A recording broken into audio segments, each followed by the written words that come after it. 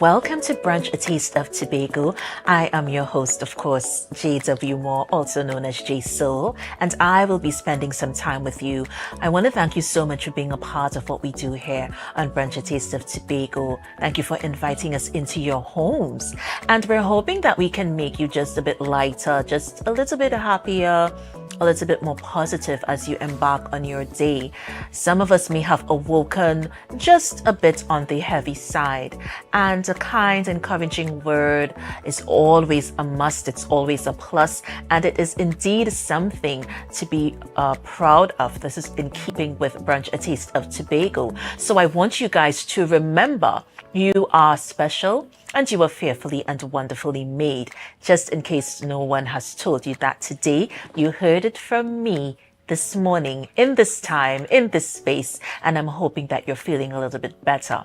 So we are broadcasting to you live from the Amplia Network 102, Facebook and YouTube. And of course, I'm just a small piece of the puzzle that makes it happen right here on Tobago Updates Television. And for those of you who are joining us for the first time, we have wonderful segments, a wonderful cross-section of persons coming to the brunch set.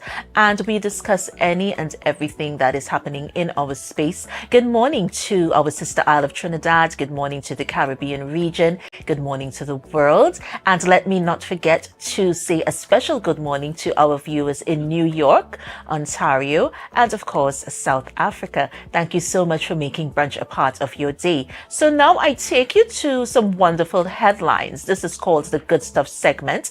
And of course, we seek to inspire, empower, educate, and highlight our sons and daughters who are doing beautiful things. So first I take you to the news day. NWAC to honor Ella Andal at National Calypso Queen competition.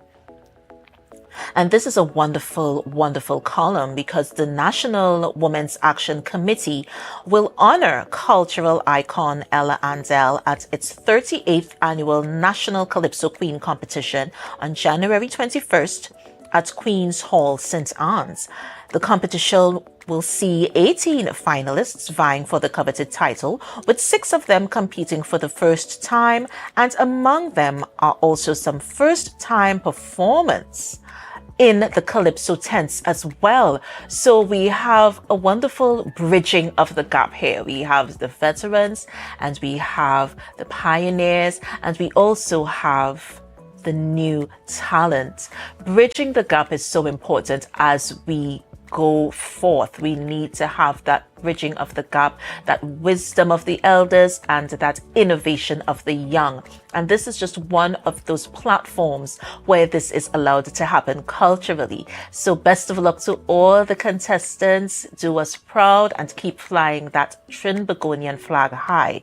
Also, The Guardian tells us today that students steal the show at Junior Panorama Finals. Oh yes, Holy Faith Convent Pinal won the secondary school category at the National Junior Panorama Finals on Sunday at the Queen's Park Savannah, Port of Spain. The band scored 275 points with their rendition of Savannah Grass. Tongue twister there. With their rendition of Savannah Grass by Cass de Fantala, arranged by Neil Simon. And let me tell you something, there is such immense talent coming forth from these schools. We want to thank Pantrin Bago. Thank you for your vision. Beverly Ramsey Moore, good morning to you. And thank you for these wonderful initiatives that are coming forth where we get the chance to really showcase our culture and our talent to the world. And of course, the Daily Express cannot be left out. Culture, an avenue out of crime. This was the interview on Saturday of Inspector Terence Burris, head of the Interagency Task Force IATF Hearts and Minds Unit, which was part of the Children's Mass and Ban Zebakik Productions, along with other stakeholders who participated in the band's program, Solving Crime Through Culture. It was held at the band's mass camp at Juran Terrace in Pity Valley and saw parents and children get an opportunity to learn the art of mask making by creating their very own costumes. And you know what? We're bridging the gap once again. And this is a wonderful, beautiful initiative. And we just want to thank all the stakeholders involved for seeing and bringing these initiatives to fruition. And of course, I cannot leave you, my kings and queens, without letting you know just a bit about who's on today. Of course, my sister from another mister is up again, Billy Sterling Lewis, director of MPAC Change Concepts, and we're dealing with mental health diagnosis. Also, we have our woman in Calypso, veteran Calypsonians, Lady Ivy and Lady Gypsy join us, and we're going to be speaking just a bit about their new venture, the Entertainers Calypso Tent, and what's going on in the space. Of course, we have our book club corner. My sister Jewel Green George is here with us once again, and it's a wonderful conversation that you guys need to look forward to. This is something that authors are doing in the space. They are really coming forward and telling the story of Tobago, telling the story of our history and our culture. So you do not want to miss that. Also, we are meeting the queens. We are meeting the delegates for Miss Tobago 2024. It's going to be a wonderful conversation. We get to really see what these young ladies are up to. And let me just say good morning to the Cocoa Velvets International Modeling Agency, and of course Making Style at Tobago. Christopher Nathan, good morning to you. Mrs. Ricia Ali Lindo, good morning to you. And I'm going to take a break now. I'm going to let you get in your zone because this is going to be a wonderful time and I need you to spend it with me. I promise I will be back and I want you to do the same. So we're going to take a break and we're going to be right back with more Brunch, a taste of Tobago. See you guys soon.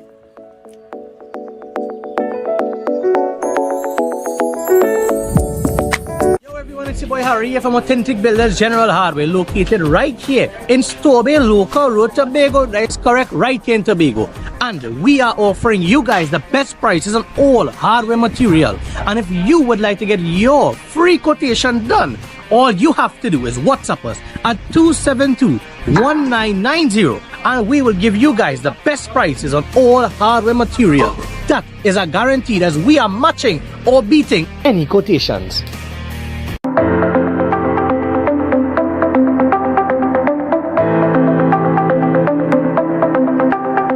Full disclosure with the executive every Thursday at 8 p.m. only on Tobago Updates.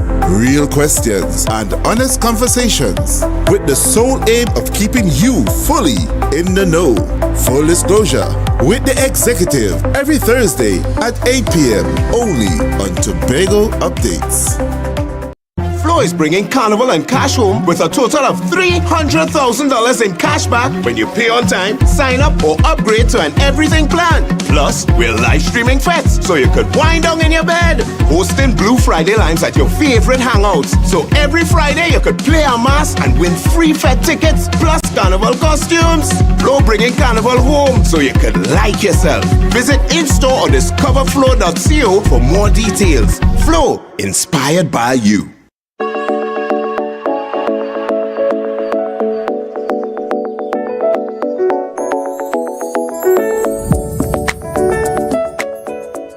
And we are back with Brunch, a taste of Tobago. And like I said before I went to the break, we get to speak with so many wonderful people, so many souls and energies that grace our presence on the Brunch set. And of course, my first guest is no different. She is a staple of the Brunch community, as a matter of fact. Billy Sterling Lewis joins us, and we have had so many wonderful conversations with my sister dealing with mental health and mental health issues. And today we are going to be touching on diagnosis of mental health, and she is the right person to embark on this type of conversation with. So let me say good morning to Sister Billy. Good morning to you. Good morning, my sister. How are you? I am blessed. I am not even gonna complain. I woke up this morning and that's a big deal. That means I have Yeah, it something that is. I need to do, which is why my life was spared by the Almighty. So I am gonna be blessed. I'm gonna stay in that positivity and just go forth and go through the day and make my life, do something positive with my life on my journey. That's where I'm at. How are you doing? Oh boy, I could echo your sentiments. Oh It's a yes. wonderful opportunity to be alive, and I say that without it being a cliche, but also so wonderful to be here to share one of my passions, which is mental health, Yes, and living and thriving no matter what we go through. definitely. And more and more persons are receiving mental health diagnosis. What exactly does that mean?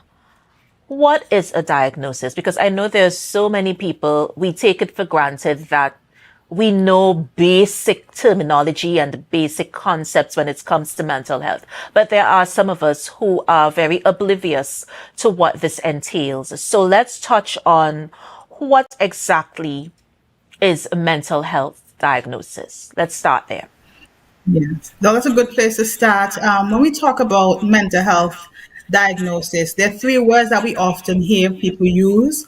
We would hear diagnosis, we would hear diagnose, we would hear diagnostic. And this is used in most medical settings in the mental health setting.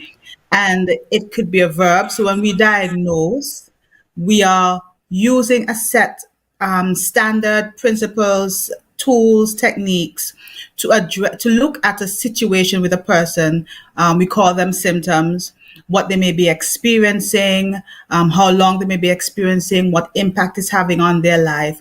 And that assessment of those informations will allow you to make now a diagnosis which is now a description or a terminology of what all of these symptoms collectively come together to form.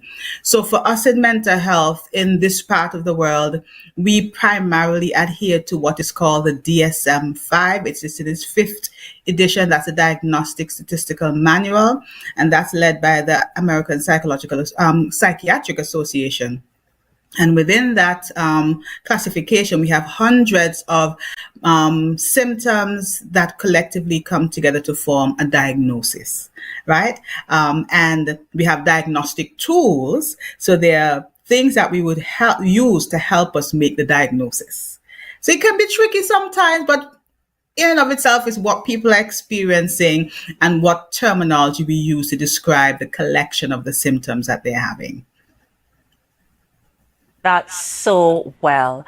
And recently I have been experiencing, just little tweets and messages and notifications where young children are going to their parents and saying, well, mommy, I feel like I'm depressed, or daddy, I feel a bit heavy. I don't know what to do. And sometimes the response of the parent, it's positive and sometimes it's not.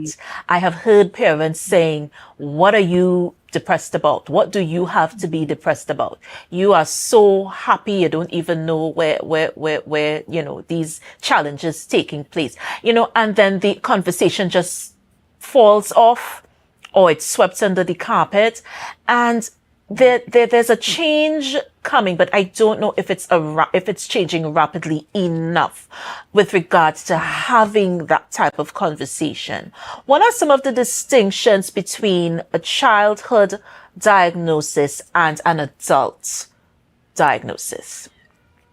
Yeah, thanks for that. I mean, even what you were saying before I answer that question, I really want to latch on to that aspect of parents becoming more sensitive to their children's declarations. Now, I am very big on this. I've been in the field over 15 years, and I am not one who likes diagnosis in the way that many people use it.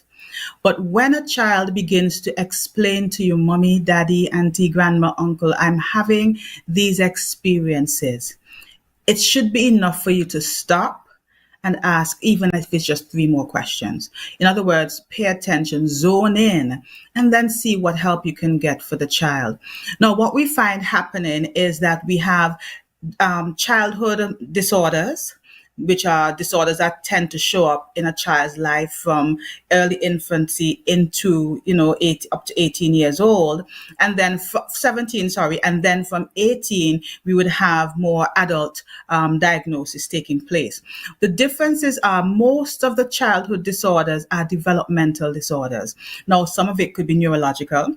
We could have behavioral. We could have affective disorders as well, which would be how they feel. So you talked about the child saying, "I'm feeling depressed" or whatever. So the child would be experiencing these things. It could be, like I said, observed conduct disorder, but observed conduct issues or mood issues. Sometimes there's trauma. And that is also something that's diagnosed. The thing to understand is that many disorders can be diagnosed both in adulthood and also in childhood.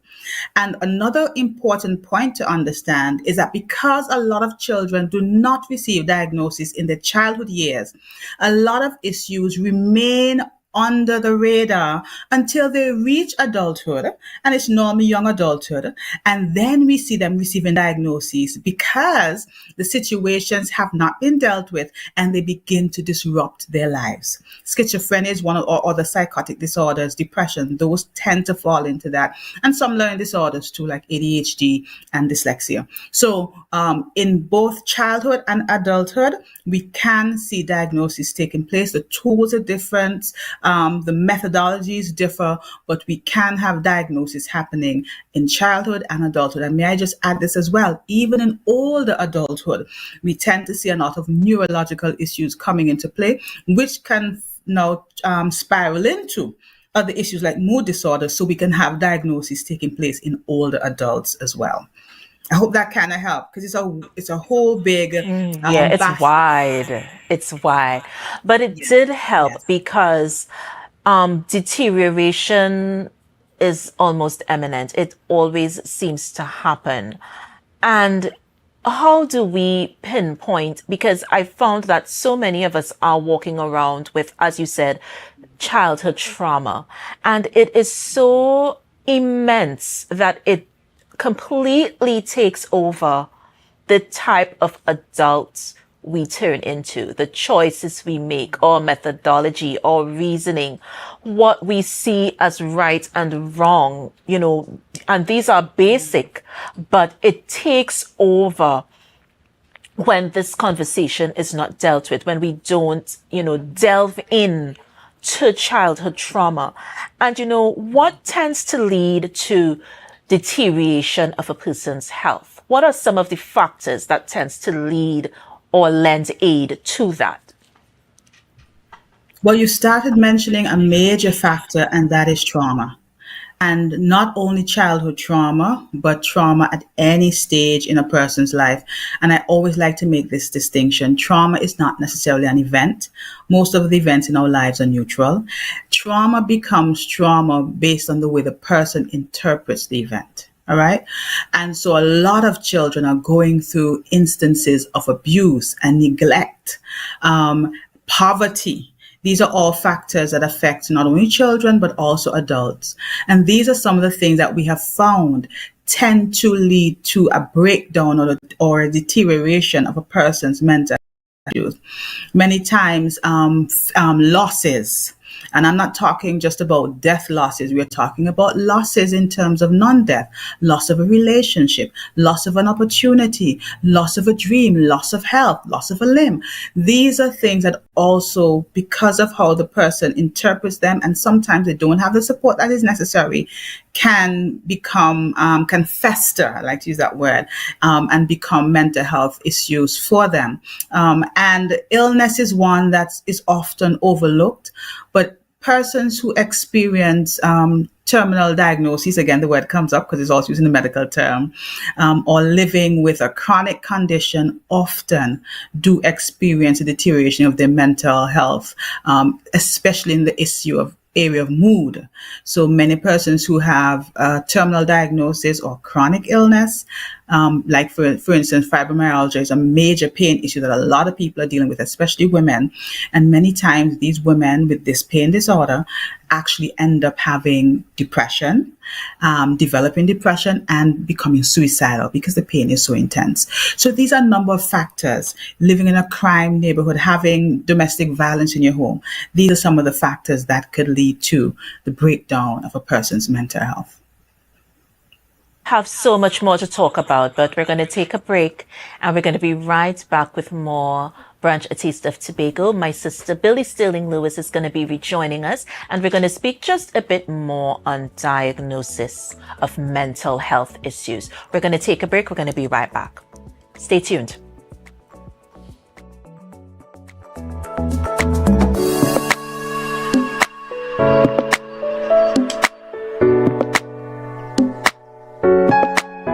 JK Tech, we bring technology to your doorstep. From cutting-edge laptops to reliable printers, we've got it all. Nationwide delivery and a new website for easy online ordering. JK Tech is your one-stop shop for your electronics and computer needs. Carrying top brands such as Acer, Samsung, HP, and much more. Follow us on Facebook and Instagram at JKTechTT or visit jktechtt.com. Quality tech is just a click away. JK Tech.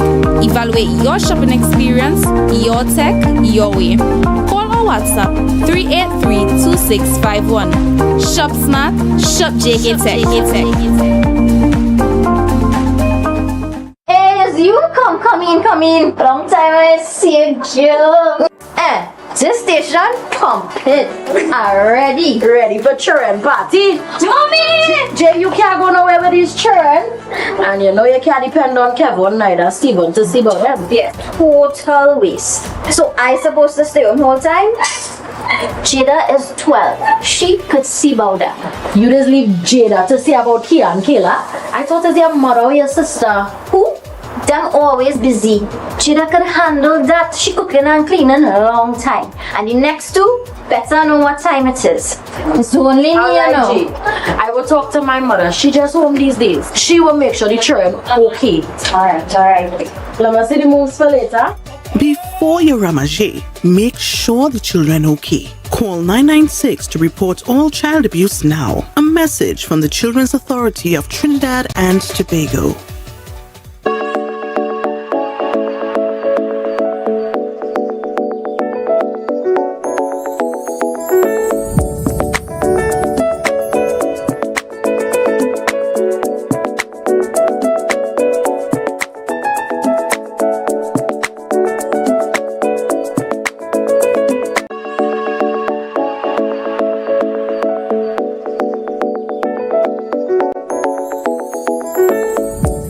Back with Brunch, A Taste of Tobago, and such a wonderful conversation we have embarked on. Billy Sterling Lewis joins us again for this wonderful conversation that absolutely needs to happen. The narrative needs to absolutely develop a sense of change when surrounding mental health and mental health issues. Dr. Billy, are you there? I am here. Yes. So notice I said doctor. Thank you. Yes, I receive it. So receive it. But one of the things that has always been a buzz, with the whole diagnosis narrative, there are so many persons that have common issues. There are issues that would come before you that are so common to so many persons. And you diagnose, and then there's an underlying factor that you probably didn't see when you started the preparation and started the process. And it lends to another conversation that needs to happen. And so we're chipping away at so many layers, because like you said, trauma, it does not have to be an event. It could be any type of physicality, any type of memory, any type of, catalyst that would bring about a certain type of behavior or certain mode of behavior. What common diagnosis would you say exists in our population? Yeah, for in our region, Trinidad and Tobago, and for the Caribbean, statistics have also put Latin America with this. What we tend to see are mood disorders, anxiety disorders, and psychotic disorders. I said and, but let me put a comma there. Psychotic disorders, and one that tends to what we call become morbid or coexisting with these is substance use disorder.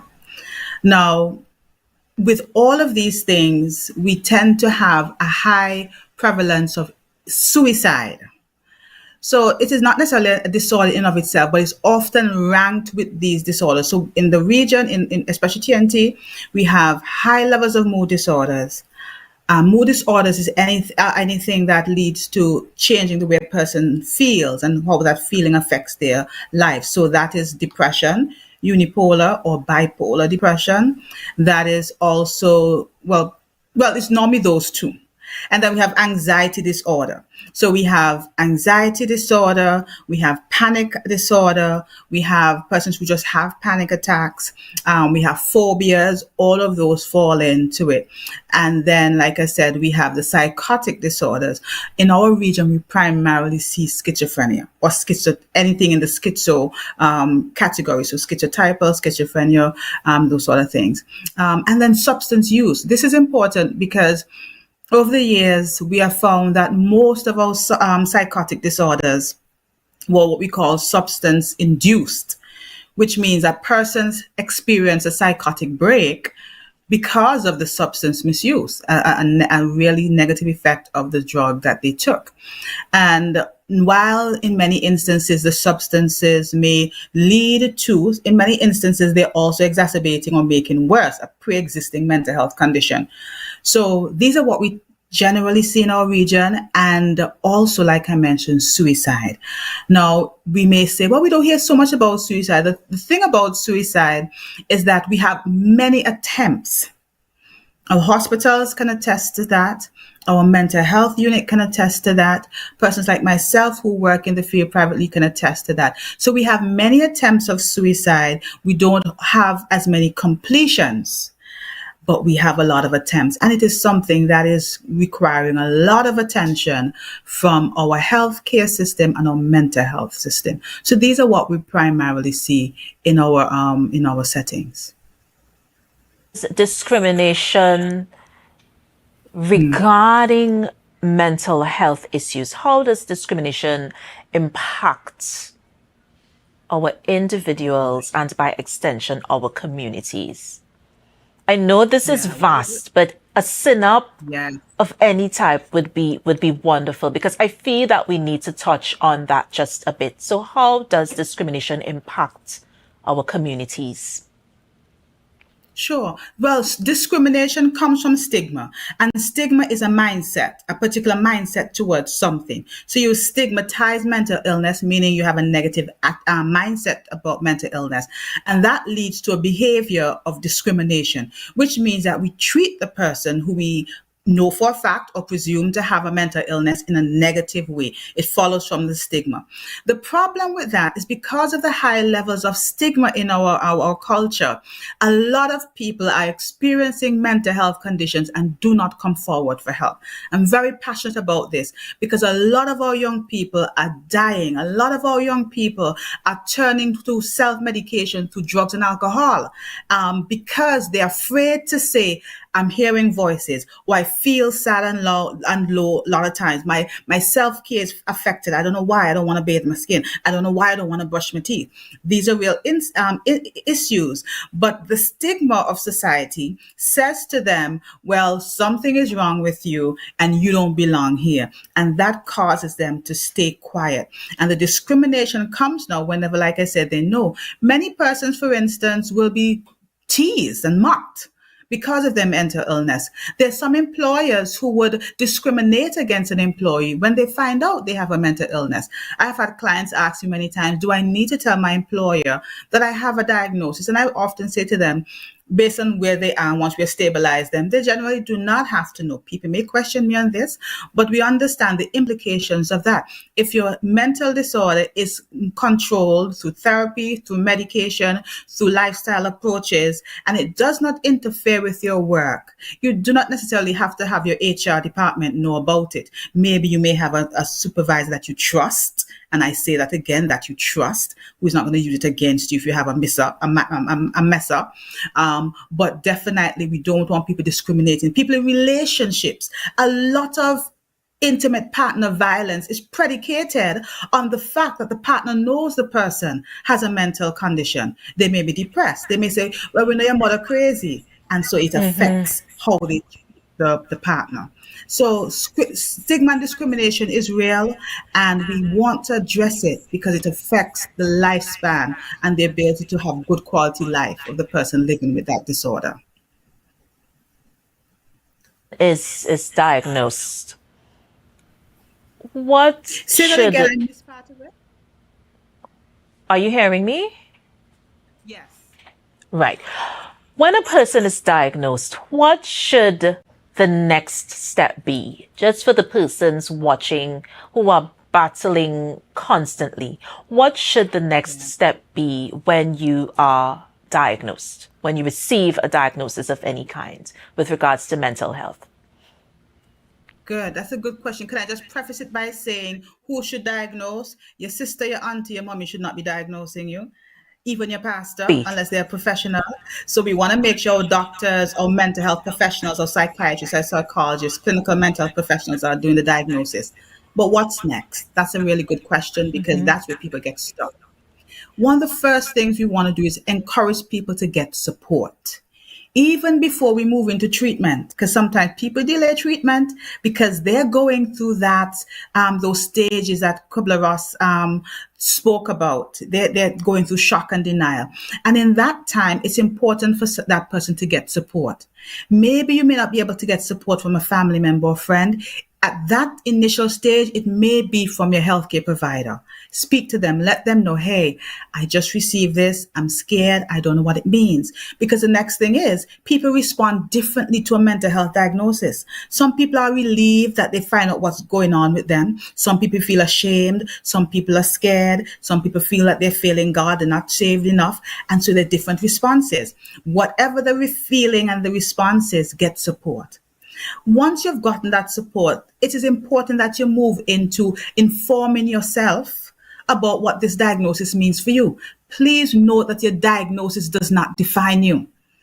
So that's why I'm very big on not using diagnosis. When we use that word, I am, that is an affirmation. And whatever we put after I am will determine where your life goes. So I don't like people to say I am depressed or I am bipolar.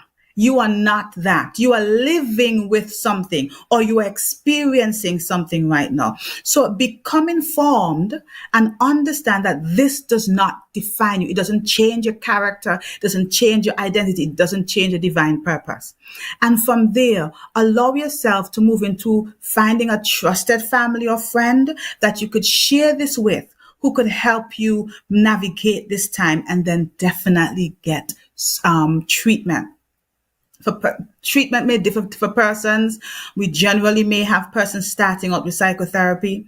You may have to be put on medication. And I want to say this, especially for people who are faith, having to take psychiatric medications or antipsychotic medication does not mean that you're not saved. It doesn't mean that you're not serving God or praying enough. Things happen, and we've talked about this lots of times. The Bible is replete with examples of people who experience mental health conditions, and so the shame keeps people from accepting the medication. A lot of people say, I think it's going to make me addicted to it. There's some medications that give you negative side effects: vomiting, nausea, lethargy. Sometimes some of them may be habit forming. Opioids can be like that. Some benzos may be like that. But it is important, in the initial stage of support with a medical practitioner, that you keep a communication line open with your practitioner. Maybe the public health system may be overwhelmed, because we know that's how all public health systems are. Find a private practitioner. You can't go every week. That's fine. Go once a month. Explain to them, they put me on this medication. When I take it, I find I have suicidal thoughts. You need to let them know.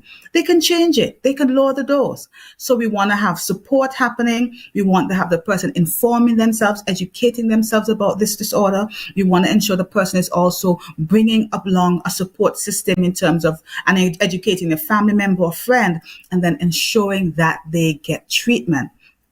And not only get treatment, but be compliant. Lots of people are prescribed approaches and medication for their mental health issues, and they do not comply. And their conditions worsen. When most times a 60-day regimen or 90-day regimen of antidepressants will stabilize them and cause them to get to a place where they don't need it after 6 months. But if you don't take those initial steps to be compliant with your treatment, it can affect what can happen to you going forward. And Dr. Right, Billy, so let me just interject because we have so much that you need to say, but unfortunately we are out of time. So you definitely need to come back, and we are going to finish this discussion. I promise you, we're going to have you back and we're going to finish this discussion. But we touched on so many issues that I know persons wanted answers to. And for that, I thank you. So from us to you, blessings and peace and love, and also success in whatever you endeavor to do. Thank you so much, guys, for viewing. I was speaking with Billy Sterling Lewis, and we were talking about mental health and the diagnosis of mental health in adults and, of course, children. We're going to take a break. We're going to be right back with more Brunch, A Taste of Tobago. But before we go, our trivia question for today.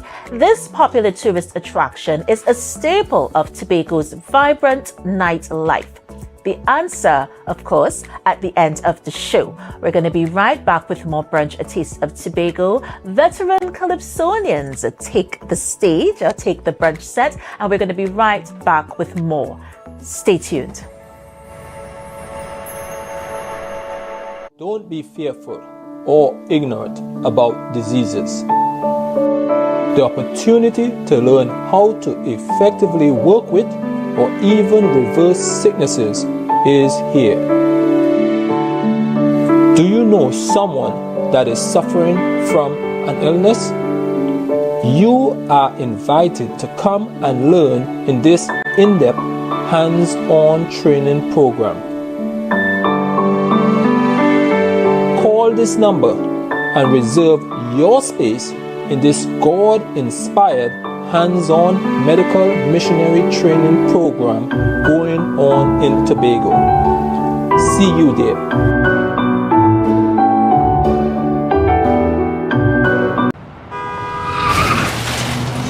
Everybody only worrying. Never ever worry. Don't mind how things looking hard. I tell them never ever worry. If your life can't get damaged bad. I tell them never ever worry. What I'm saying is true. So just consider Tatil is always right here for you.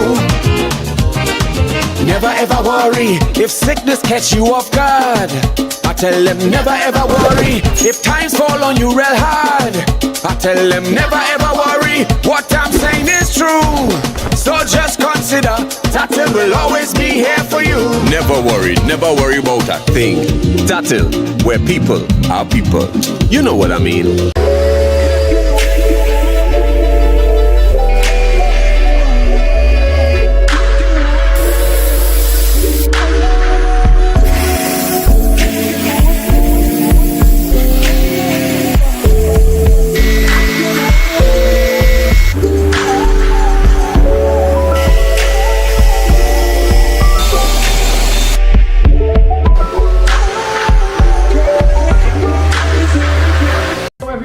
Harry here from Authentic Car Clinic, located right here in Tobago at Torbay Local Road. You can WhatsApp us or call us at 366-4173.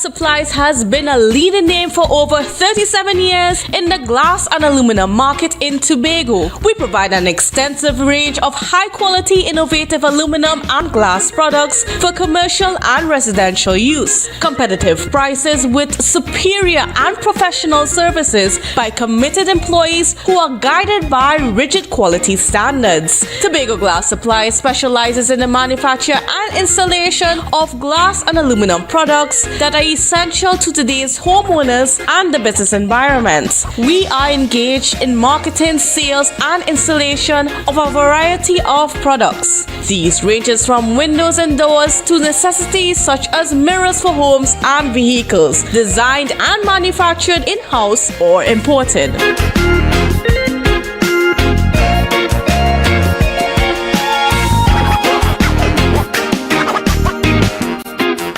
Rotisserie, mouth-watering fries, salads, combos, and specials galore. Feeling for something to eat? Come and see. Our rotisserie is seasoned to the T. Kicking chicken, masala, and jerk roast. Crispy fries made from scratch. Who do you know can't beat that? Or salads freshly cut and packed. When you taste it, you'll be wanting to come back. So come check us out on number 2 Robinson Street, Uptown Scarborough, Tobago. We open on Saturday nights from 7:30 to 11:30 p.m. Monday to Thursday, we're open from 10 a.m. to 9:30 p.m. and on Friday, 10 a.m. to 4:30 p.m. Contact us at 772-7443 and all social media handles at The Rotisserie Factory.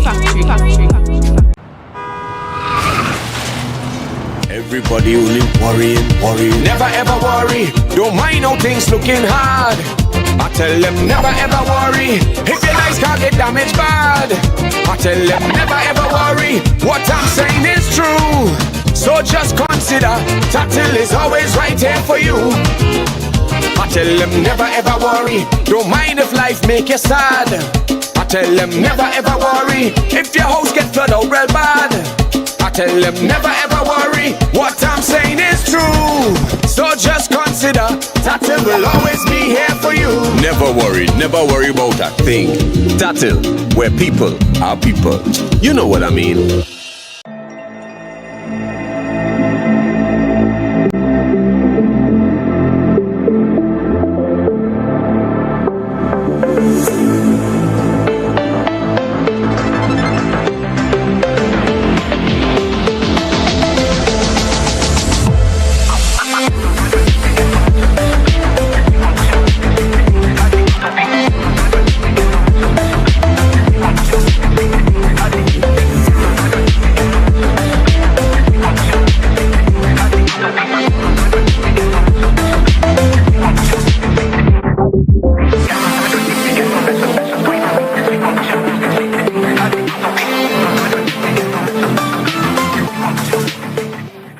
Jimmy's Holiday Resorts has 1, 2, and 3 bedroom fully self-contained apartments located at the heart of Crown Point. Minutes walk to the popular beaches, restaurants, bars, and the airport. Enjoy our amazing amenities such as fully equipped apartments, complete with Wi-Fi, AC, TV, and a pool, and a mini-mart on the compound. Call 639-8292 or 8929. Jimmy's Holiday Resorts is your family's home away from home.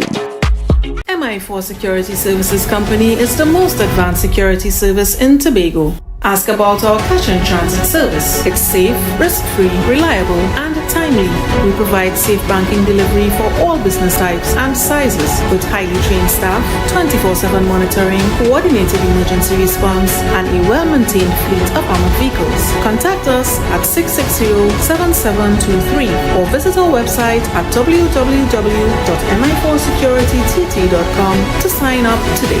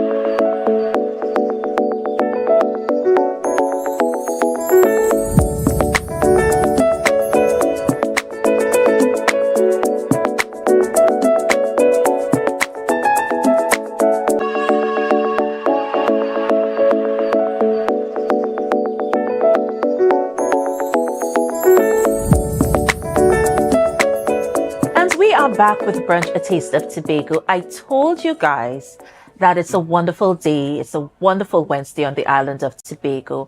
And I'm so happy that I get to meet such wonderful people. I always make the point that I meet such wonderful people.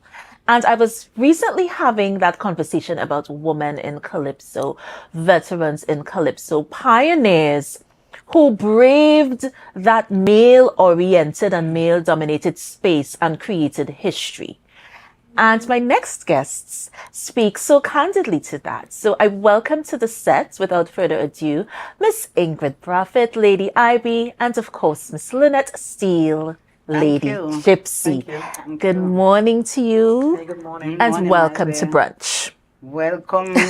Pleasure is ours. Pleasure is ours to be here as usual. Yes. So and pleasure to meet you. You know, I feel so proud of that. Yes. Knowing I was there from your beginning. You were there, and with my dad with the guitar, you were there, and always coming and supporting me, and everybody else was negative, and Ivy always have a positive word. Of course. And I would never forget that. That stayed with me. Yeah. So how are you doing? How are you guys doing? Well, I'm good. I'm happy. As you know, the entertainers opening tonight. Launching today, 2 p.m. Reason being that is because, you know, we have cruise ship coming in, and I'm seeing tourists walking up and down, and there's nothing for them to see. We are full of talent in Tobago. And, you know, my daughter takes her. She came and she said, Mom, why don't we do a midday show in town? I was like, she thinking like me. That's a wonderful idea. Because there was never that idea, first never. time in history, yeah. You know, when they come in, you see them with the Bieber hat and the scissor steel and thing. Tobago is much more than that. Yes. You know, and I know I saw them, you know, when they go to different countries, they go to see the talent and to eat the food of the country they are in. And just now they ask her, if you see they're walking up and down, there's nothing. Sorry. Yeah. I didn't work with a music track. Yeah. You know, because they're just walking and they're looking for something to do, but there's nothing to do. Well, there's where the entertainers come in.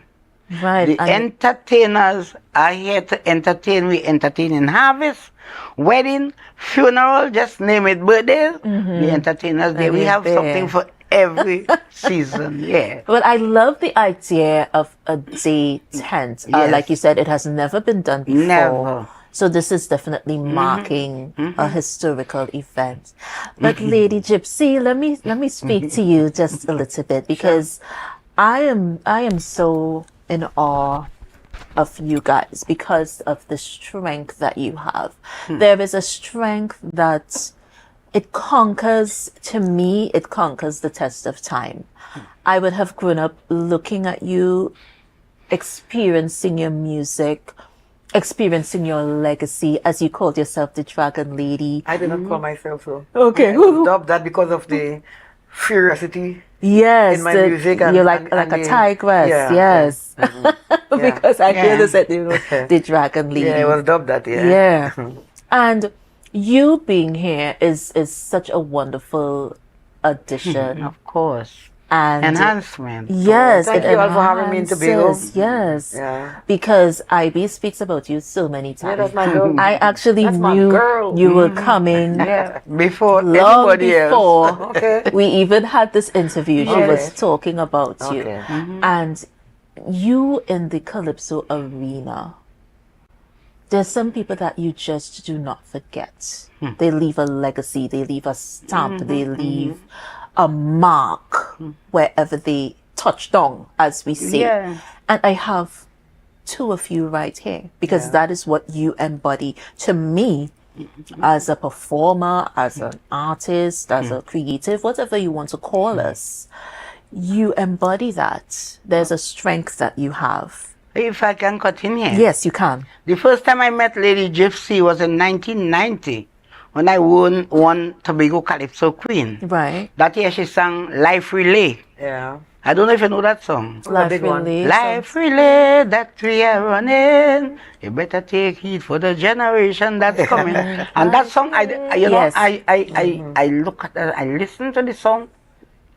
I say, wow. And years after, I saw her again. But I always admire her because To me, she sings calypso. Yes. Some people might not like her style, but calypso, the calypsonian is the voice of the people. And the calypsonian is supposed to relate and talk, because the people cannot talk for themselves. Yes. And that's what she does. That's like a messenger. That's how She is. It used to be like that. She is a messenger. But in the 20s, you know, I just said it 2K4. You know, like people like they're scared, like how, you know, it used to be in the 70s and in the early 80s when Shadow opened Masters then. We were me, Crocro, Rio, my brother Gypsy, and a few others funny. We, you know, we had, and Calypso used to dominate because people used to come forward to the tent and listen. Calypso, you get humor, you get political, and you know, and it used to be like raw Calypso where people used to voice. But now, like, people like they're scared of doing that because of politics that got so deeply involved into Calypso that they kind of gag people. But you know, I am one of the last. Normally, I tell people I am Sojourner Truth. If you know who she was a slave, a black slave, and she was a woman with. Although she was a slave, she was a very powerful black woman. That when Master used to be having conversation, they used to invite her. On behalf of her people. Okay. That's how she was, and that is who I am. Yes, because I'm a person like this, nobody will gag me. I am real. I'm a composer of every song I sing. Yes. And I speak, and I sing the truth, and all comes from within. Yeah, and you know, there's some powerful words. Very powerful. I bow to no one. Yep. And that's what comes when I listen to you guys. I think both of you complement each other so well because there is that bond that you have. There is that strength that you have. That character that you have. And Ivy, you know, you are a warrior. You are a warrior. I'm not gonna swallow something. If something is wrong, it is wrong. And I have learned that the hard way. I will tell you something. When I started singing Calypso, you had to sing to win a crown. Yes. Now it's who you know and who know you. Yeah. And that is what is killing. Although people saying Calypso not dying, in Tobago, Calypso is almost dead. I don't know how they're looking at it. But once you see people like Joe Temple Caesar, Ras Ringo, these are the people who sing Calypso. I'm not talking about a whole dictionary. The defenders of the art. Calypso is Calypso. Calypso must have a message. Especially this year, I've been listening some Calypsos, and I was like, wow. Because after Carnival, you wouldn't remember a line from none of those songs. And to me, that's not Calypso. To me, that's not Calypso. So the entertainers, we vow to keep Calypso alive in Tobago. I told some of my artists, I say, you have a serious song? Go face the judge. We are here to entertain. And when you come by me, just let me sit down and feel good to see you entertaining the people. And we've been doing that. You know, that's another part of the art form, I think, that is killing the art. Killing it. The judges competition business. Too much competition. The judging it makes enemy. It breeds animosity. And I think it's time, you know, that they you know, you keep a big show and you give entertainers awards and same thing you keep in the Skinner Park like the semi-final. You understand me? You do that and you give people who deserve whatever, and you know, everybody get a piece of money and whatever. You got this tension that every year that people have to find new animosity. Yes, that competition. Michael Jackson and all the other guys and them in foreign. No competition. Been singing for 10 and 20 years. And the same song been playing. Why it is every year we have to be fighting ourselves to find new songs? I mean, it is hard, you know. Yes. And then you have to find the money now to record into the studio for the season and stuff. And then some of us ain't making it back. You're making nothing. It's hard. And sometimes you don't even hear the song. Because, the way that you need I mean, to well, mine you will hear because, you know, I'm always controversial. I promise to put that a couple of years. All the time. I have a problem with space when coming to Carnival. Trust me. I look at Calypso as Calypso is my career. I could cook, I could wash, I'm a good housewife, but Calypso is my career. Yes. Calypso has given me everything I have today, my property, everything. Yes. And now I am seeing a trend happening in Tobago where all the money going to one family. I must say this publicly, because it seems to me like nobody not looking at it. You're winning the monarch in tongue, you're winning the monarch in country, and you're going straight to Queen's Park. When was those decisions taken? Who decide that? You know. So is it we are members of TUCO. This year make us 20 years as running a tent. The first year TUCO gave us $25,000. I have the records to show. Right. $25,000. And then things start to go bad, and from that, so 19 years we are running without assistance from our organization that we are paying money to every year. And I would like to be given the position right here this morning to say I am no longer a member of TUCO. Okay. Because I've been paying dues every year and no representation. The majority of the artists in the entertainers tent are members of TUCO. And when I tell you artists, we are the only tent that go to Trinidad every year to perform. Unless you will go to Skinner Park. We go Caranage, we go Mova, we go, not a cent from our organization. So I want to repeat again publicly, as of today, Lady IB is no longer a member of TUCO. I am going to do what I have to do. Because I don't want to be no part of no corruption, darling. Yes. I stand for truth, I stand for right, and I stand for justice. Right? It have people who buying songs. And the only time you see them is competition. They will win 150,000, they will win 100,000, and you don't see them again until competition. And mind you, these people cannot write a line. One man writing for about 4 people. Oh, wow. And these are the 4 people that winning all the money in Tobago every year. And you can't stop them. Because as I said before, and I say it again, and I will keep on saying, Tobago TUCO is like a runaway horse. I don't want to call name because you know when I call name I end up in court. Yeah, let's but not this call is wrong. names. This is wrong. And you're no, I ain't calling no name. You, Lady Gypsy. I ain't calling no name. No, I'm not afraid of no. Because when I am speaking the truth, I stand tall. I don't care where it carry me. Something confuses me though. Yeah. I want to know that now we for the last couple of years Tobago been having its carnival. Yeah. Now the Calypsonian from Tobago comes to Trinidad every year to compete. So how come we can't compete in Tobago? Who say that? But there's nothing. I know because I saw. There's a gentleman from Did he swear then? There's a gentleman. Let me finish. Let me hear Lady Gypsy. Did he swear? No, I mean no. Yeah. I can call his name. He was up. You know. He lives in my tongue in Supari. I live for Supari, Trinidad, and I'm half Yankee too. I live in Maryland. Yeah. What I'm saying. He competed in Tobago, and I think when he came second, he is who they chose to go to what I'm saying is why it is that when he whatever category he came, I heard a big uproar after it because he was a Trinidadian, and that was being said. Okay, he's a Trinidadian. If half his mother is from Tobago, and if I have me, you know who if it's either his dad or his mom from Trinidad. So there was a conversation. And why it is everybody from Tobago comes to Trinidad for the carnival. Yeah. So then you all eating all your cake here and want to eat we on too. Yeah. Which I find is unfair. So if all you could come by and us that's a very topic relative that's point all the people don't like when I speak. that we have been we have been sweeping that conversation under the rug, right?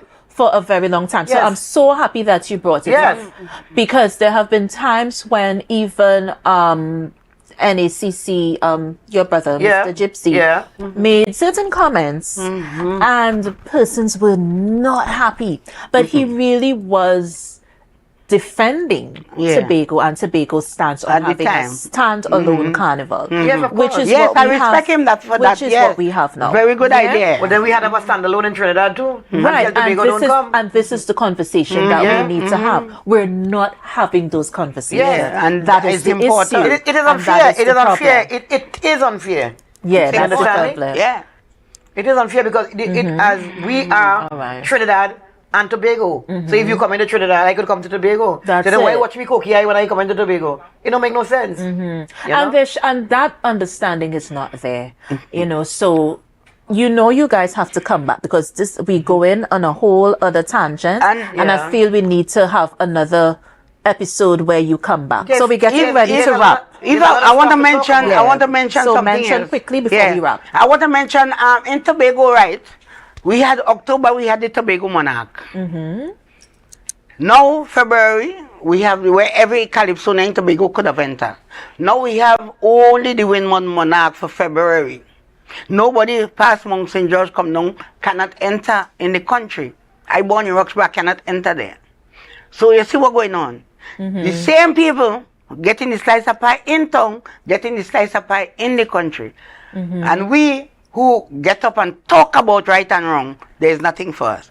So how can we sit down comfortable? So we're out of time. We're out of time. You guys definitely need to come back. Right? We're going to take a break, guys. We're going to be right back with more Brunch, a Taste of Tobago. Before we do that, this popular tourist attraction is a staple of Tobago's vibrant nightlife. The answer at the end of the program. See you guys soon. And please stay tuned. Book Club Corner is up next. We'll be right back.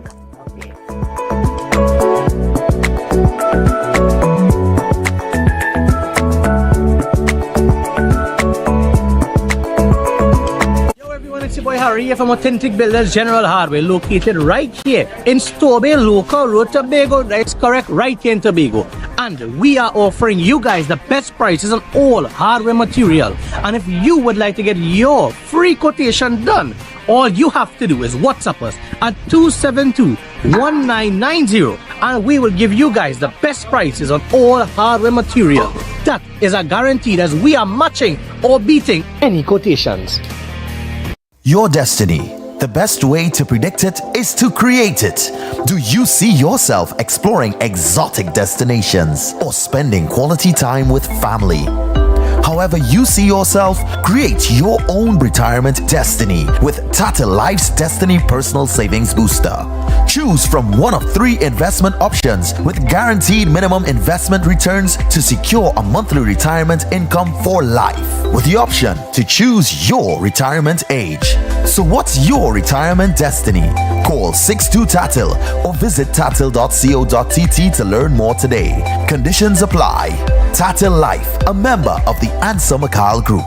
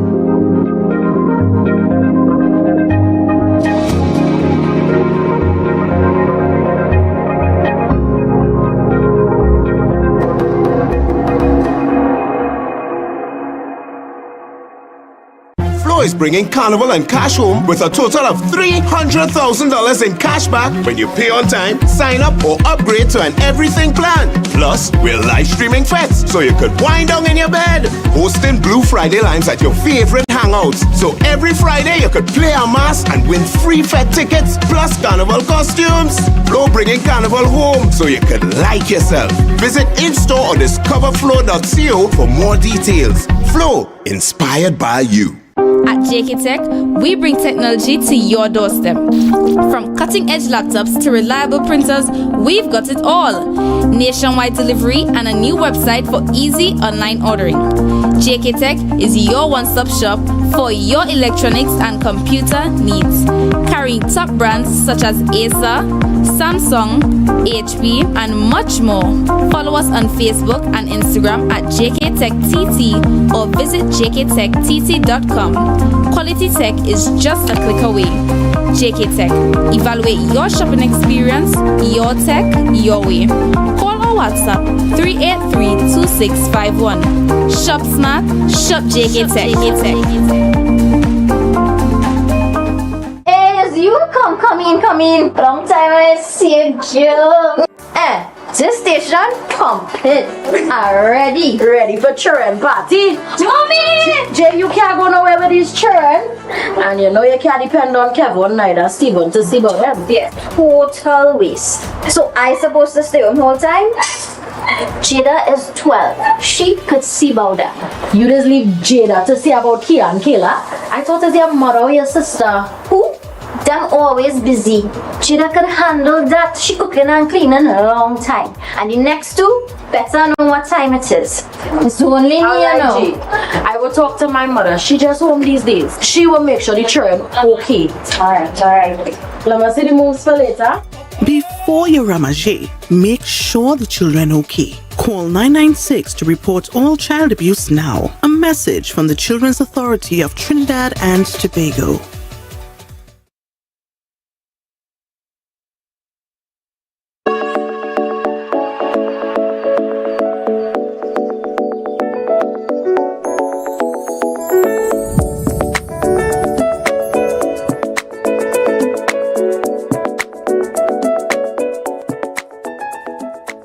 Good morning, viewers across Trinidad and Tobago and the wider Caribbean.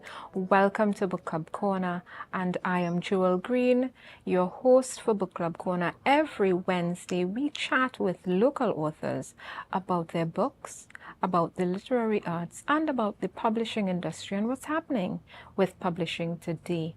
And today with us, we have an amazing author of, let me tell you, when you see this book, you will be amazed. Her name is Natasha Coker Jones. We have Miss Jones here with us today, and she is the co-founder of Upstream Magazine. She is the co-author of the book that we're talking about today, which is called Sunsets for Betty. She is a multiple published author, a published author of multiple books, and one of those books is When the Pui Blooms, as well as Fact Checker. Welcome. Thank you very much, Jewel. It's a pleasure to be with you today. Same here. Yes. We're so happy to have you. When I heard about this book, Sunsets for Betty, I said, listen, there's so much to unwrap there. Yes. So much to unwrap. I had to, make sure that you came to talk to us about that. Yes. This book that you've written, when we talk to authors, we like to get the 411. We want to know all the business. Right? And you have done so much. You're into communication, you're an educator, you teach, you train, you write. I would ask you where you find the time, but that would be the pot calling the kettle black, right? Because we know how it is out there, ladies. You make it happen. Many hats. You just keep pulling them out, right? Yes. I posted a photo of you to my WhatsApp status to say, you're going to be here today. And a good friend of mine, she messaged, oh my gosh, she was so instrumental in helping, who is my godson, my son get to the SEA finish line. So she had to tell me the whole story this morning. So congratulations to you and all your students. Thank you very much. And the work that you're doing to make sure that the students are ready for exams. Yes. Yeah.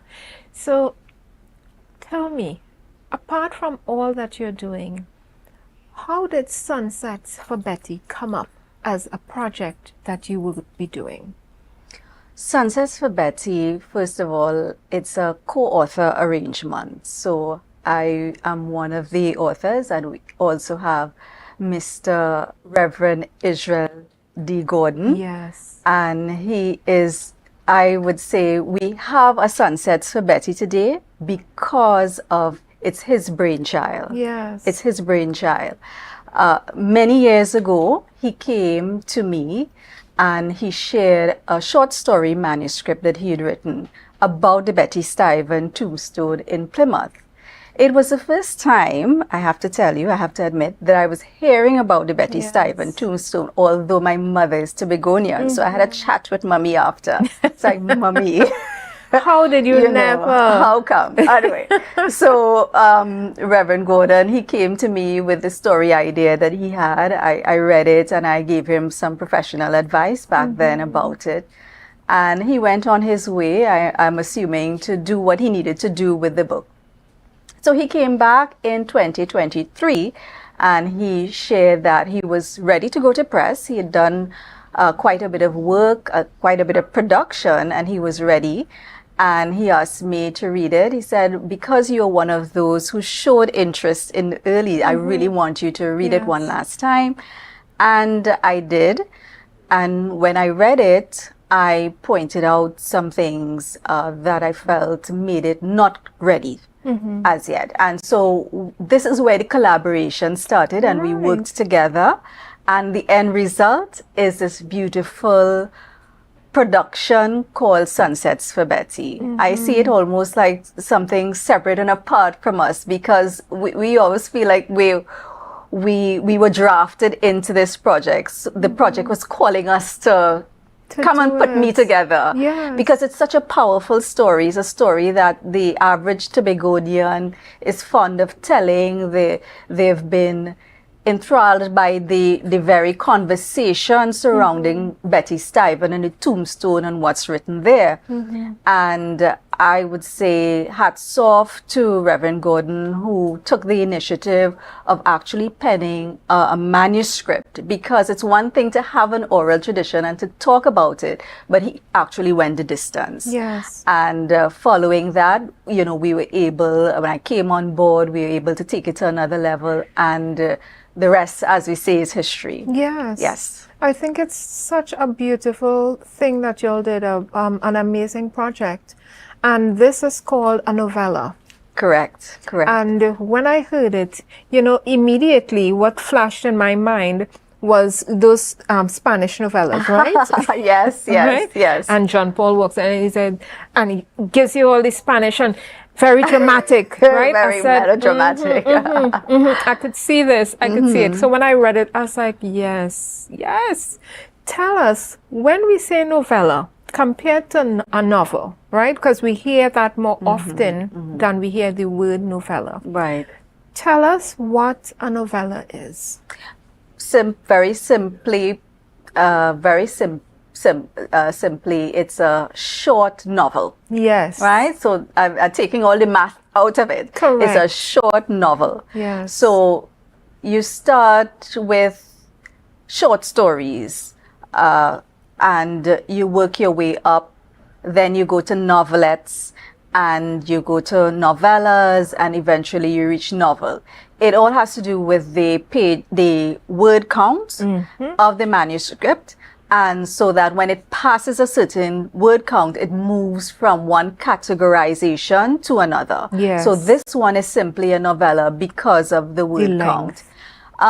Initially, of course, I mentioned it was a short story. So I didn't want to go to veer too far in terms of the work and the developmental work that we had to do. Didn't want to veer too far from the initial word count. But of course, as you started to get into the story, you realized that we needed to add some extra things, especially the research component. And so that it evolved, and so it eventually evolved into this novella. So it's just the right size for those who do not like too much reading. It's perfect. It's perfect for the tourist who wants to grab it and go, and doesn't add too much weight to the suitcase, or even the local tourist, the visitor to our show who's living abroad, and you want to take it and go with it.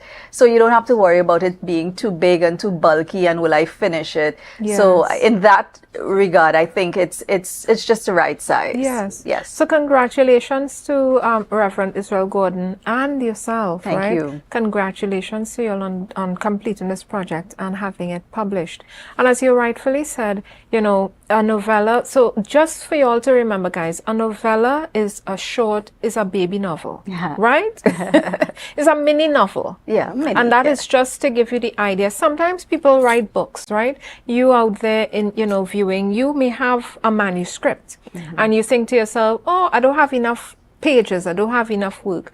You may have a novelette or a novella, right? It may also be a short story.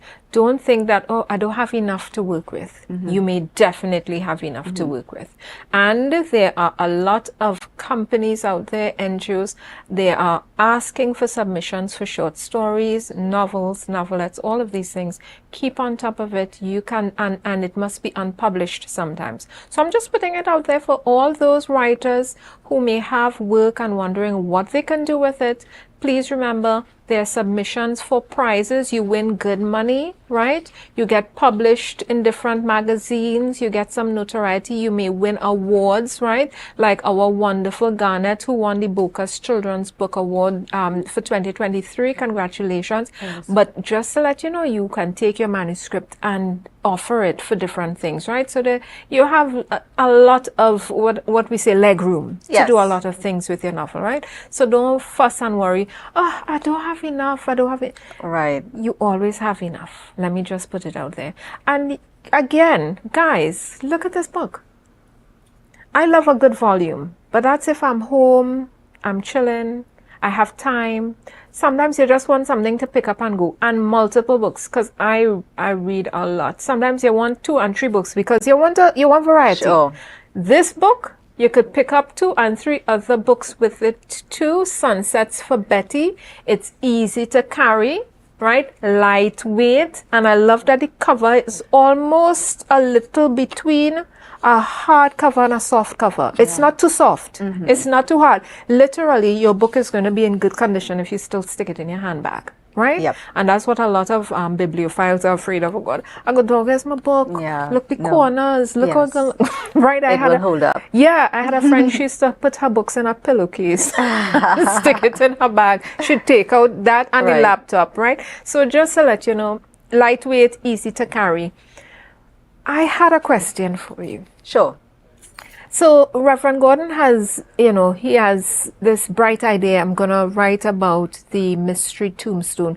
And I forgot to tell you also, all those watching who are not familiar, let me just explain what we're talking about.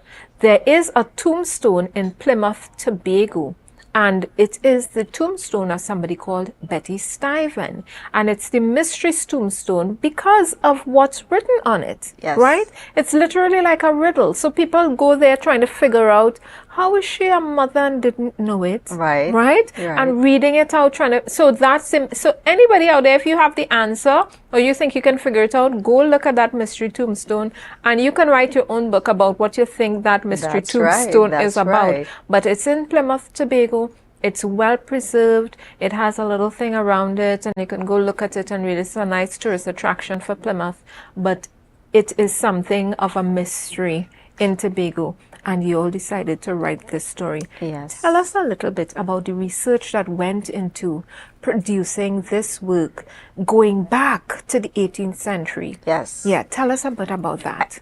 To me, that was the fun part, because it was an eye-opener for me. I've always had that casual interest in history, but this demanded a deep dive because we didn't want to make it too general to just be about the 18th century or just slavery in general. Yes, of course, those things would inform what we're talking about, but it also had to be specifically about Tobago. Exactly. So we had to find material that was specific to the experience of the enslaved Africans on the island at the time. And this is where we knocked on the doors of the Alma Jordan Library at UB St. Augustine.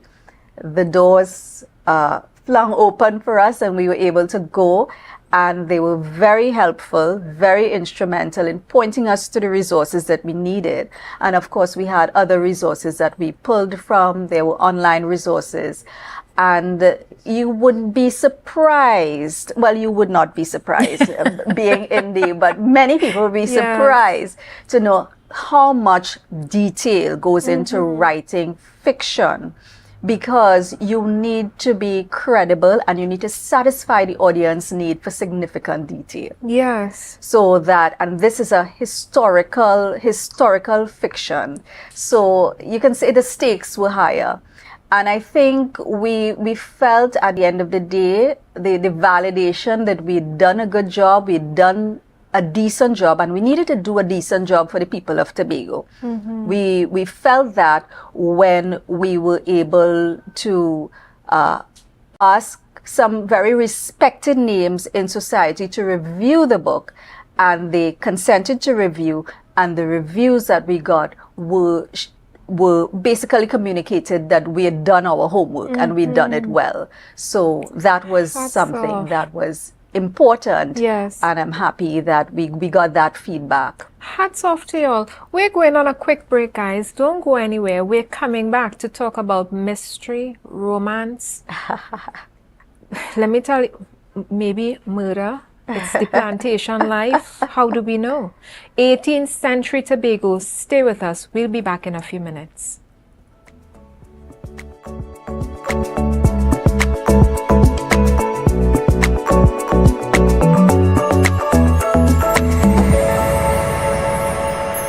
Don't be fearful or ignorant about diseases. The opportunity to learn how to effectively work with or even reverse sicknesses is here.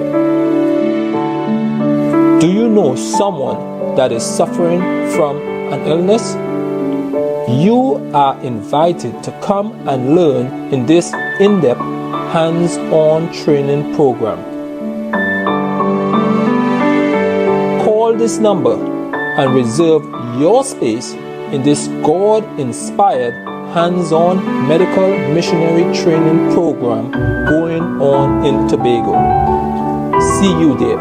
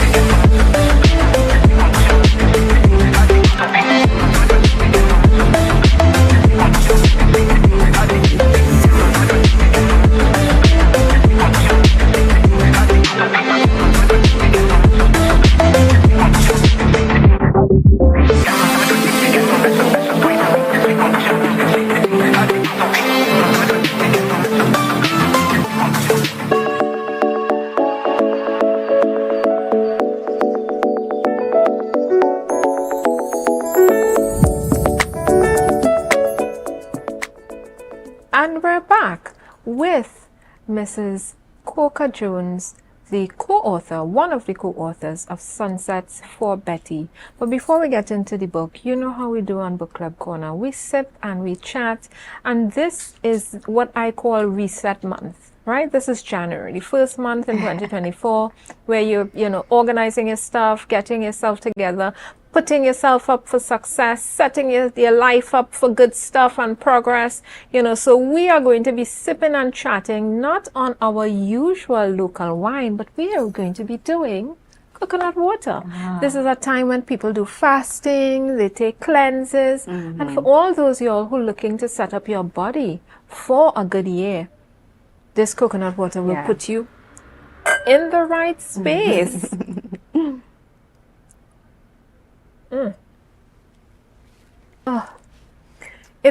This coconut water was so good it was so good last week. This week it's even better, and I'm only going to call the proprietor's name when he sponsors me for next week and week after. I have to have a chat with him because this coconut water is so good. Yes, it's delicious. Oh my God. It is delicious. I forget about you a long time. it may not be young coconut, you know. Young coconut is a little more. He mixed it. Sweet. He mixed it. Oh, yes, well, that's why you're getting like the brilliant. freshness of the young coconut. Yeah. But you're getting the sweetness of the older coconut. You're getting the little sweetness. Right? Yes. But not so much sweet that, you know, when it starts to give you that. How old is this coconut? No. When you not after, you know, thinking about coconut cream and coconut milk. Right. Very refreshing. Coconut water is one of our national Lovely. drinks in Trinidad and Tobago, right? We live on it. Coconut water, coconut jelly, coconut cream, coconut milk, it's a whole thing. Coconut oil, we know how it is. So for all those who are looking to, you know, refresh your month, we'll be sipping on anything natural. So when you sit and sip with us, get your coconut water, your juices, your natural drinks, and just enjoy the book with us. We're getting back to your book because when I saw this cover, I say, Massa and slave boy. Back and now on the plantation. Back and now on the plantation. And he is looking the epitome of what, you know, that strong silent type. And she is looking the epitome of beauty and grace. Yeah. Look at that face. I think we chose a I tell you, attractive model. Yeah, she's. When you see this, you want to read it. There was a Jamaican soap opera that used to be on a plantation. I can't remember what it is, but when I saw it and this house and this set, why did you all decide to name this book Sunsets for Betty? Okay, so sunsets. It's one of the things. When you read the book, you realize it's one of Betty's favorite things to do. The character Betty in the book. So it's one of the things that she's drawn to. Our beautiful sunsets that we have on the island of Tobago. And so it's coming from that. There's also a little double meaning because, as you know, when we talk about birth and death and people, you talk about sunrise and sunsets. And we know that her life, she lived to 23. So she died what we would call Quite relatively young. Yes.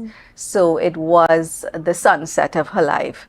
But in terms of sunsets, that theme, that's one of the things as a minor theme that comes out, and her attraction, which she was drawn. That. The duality, or, you know, what we would call the multiplicity of themes that you can draw from this book title. Yeah. Right? The beauty.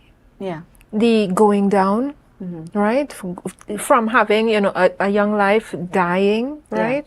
And you're still looking at, you know, that flame, that fire. Because I'm sure Betty was a person who had a flame in her.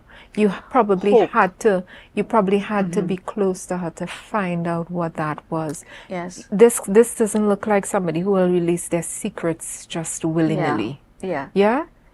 You're going to do a reading for us today, right? Yes. You know, listen, bibliophiles out there, we got your number. We got your number. We know how it is. And we love when the authors read us. Yes, please. Let me get my glass. Get comfy, guys. Get comfy. What page will be reading from? Let me mention my reviewers very quickly, because we will get to that. Don't worry. I want to hear them reading. I really want to mention them. We're gonna get to that. Get comfy, guys. Get your snacks and your drinks. She's gonna be reading. What page we're on? Okay, so we're looking at chapter 4. We're on page 16, and the chapter is called "The Forbidden." Yes. Read on. Very intriguing. True to his word, before the noisy frogs took up their night shift, Alex Stuyvesant had completed a trade for Betty's parents. James and Francis were now official part of the enslaved labor force on the Stuyvesant estate. The next day, Betty was hoping for the opportunity to thank the master in person, but head cook Gloria kept her busy with her new duties. Strangely, most of the said duties were out of the big house, picking shadow benny, thyme, celery, and rosemary. After that, the task involved several trips to the field slave shacks to obtain the produce that they grew for the meals. But she didn't really mind. It was an opportunity for her to take in the orderly makeup of the Stuyvesant estate with its multiple parallel rows of sugarcane that looked as if they went on forever. By the time she'd made her final trip for the cook, darkness was pulling its veil across the evening sky. Betty was in the midst of preparing supper when she heard a door open and shut. She held her breath. Nothing. False alarm again. It had happened to her earlier in the day. That time, she was in the kitchen when she heard the main door of the great house open and shut in the same manner that it did moments ago. Instinctively, she'd stopped sifting the kidney beans to better pick up the lilt of Mr. Stuyvesant's accented baritone. This time, she flicked her gaze behind her to the door. But apparently, she'd looked around one time too many for the day. You stick out your neck like now, come yard fowl. You looking for somebody? Gloria snapped. Massa have no business with young girl like you. Her arms were folded so tight that it looked as if she was giving herself a hug. The only body he does look at is me. The cook stepped closer until Betty could feel the air that blasted from her nostrils smack on her forehead. Eyes downcast, Betty nevertheless saw when the cook crooked her finger and rubbed it on the exposed skin of her forearm. You see how me color like he own? Not like you. The scoff on her face was a perfect companion to the snide remark about the young woman's darker hue. Gone was the friendly cook from the day before, the one who'd actually sounded like she was happy for the extra pair of hands. What had changed, Betty wondered.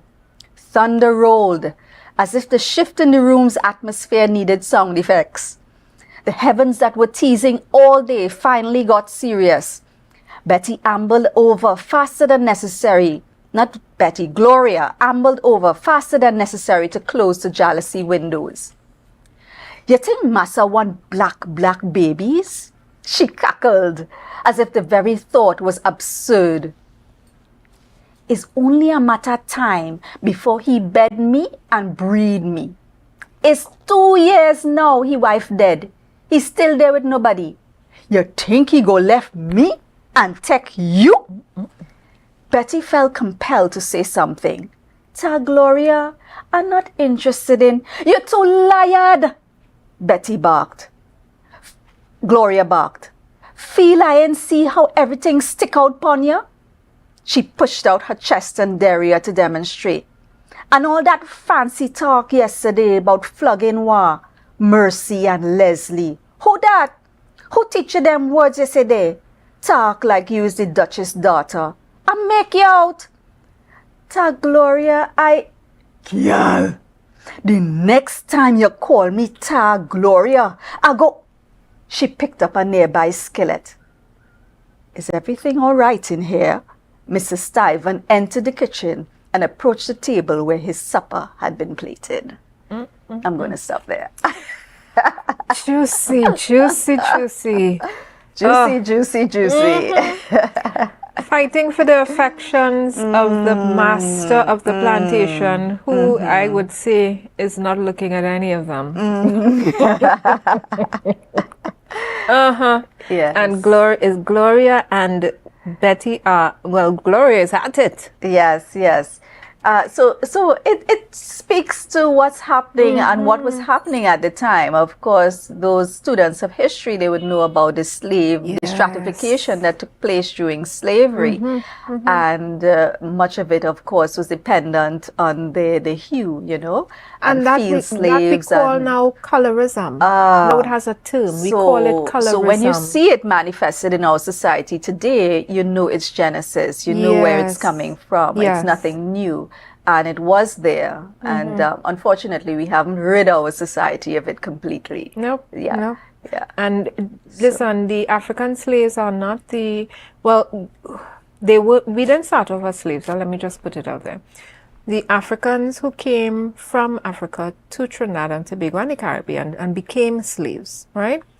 we're not the only one who deal with colorism, right? There is colorism in Asia as well, right? And in India. So much so that there is a very strict caste system in India for colorism.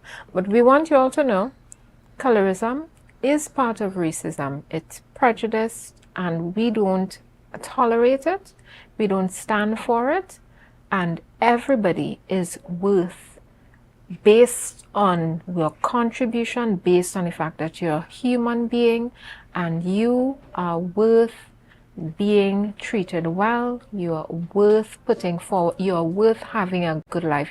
You deserve a good life. It does not have any bearing on your complexion, on your texture of hair, on where you come from. You can make it in life. You can be an author too.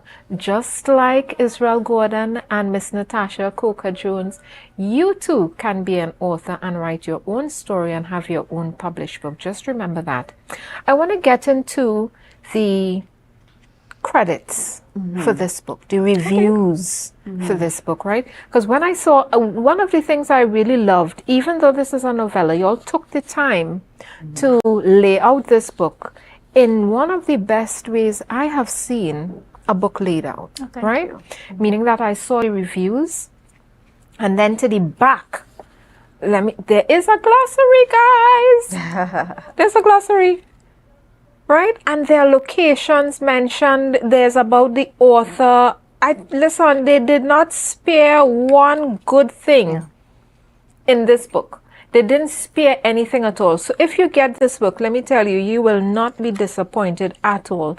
Tell us about the process that you all went through to get the reviews done. How did you approach people to get reviews in your book?